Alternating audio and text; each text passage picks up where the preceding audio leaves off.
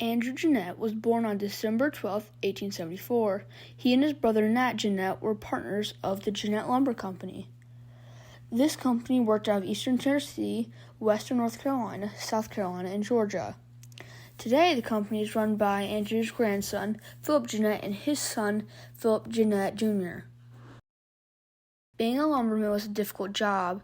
You'd have to chop your logs and then float them down the river to your nearest mill. There they would be cleaned up and then shipped off on a train where they would reach their final destination. In a second, you'll see an interview with Philip Gennett and his son, Philip Gennett Jr.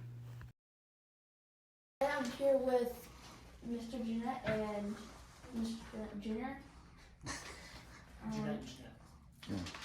And I will be interviewing them on the memoirs of Andrew Gennett.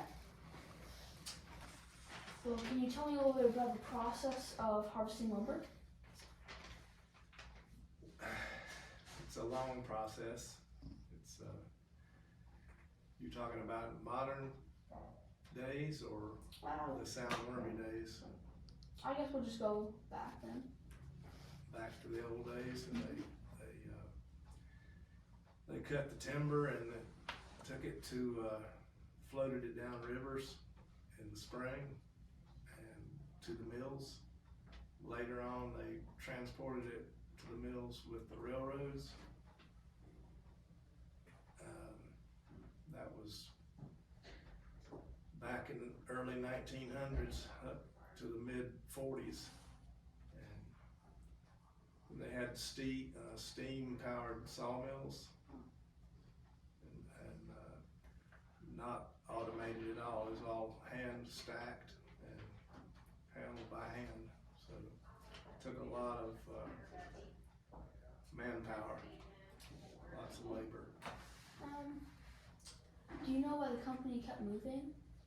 Like moved from Georgia to South Carolina to Tennessee to North Carolina? Well, they had 26 mills at one time running at the same time, but North Georgia, East Tennessee, Kentucky, Western North Carolina, so they went to where the timber was available.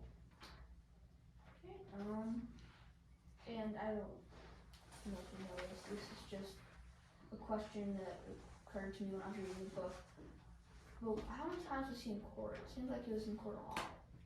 Well, he was a lawyer and went to Washington to get the Weeks Act passed, which allowed the government to buy private land. And that's how the Joyce Kilmer Memorial Forest came about. And he had to research the deeds, so he stayed in the courthouse a lot to do that.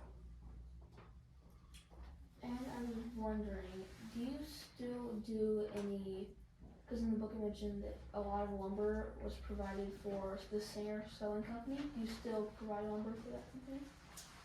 That was a long time ago, back in the 60s.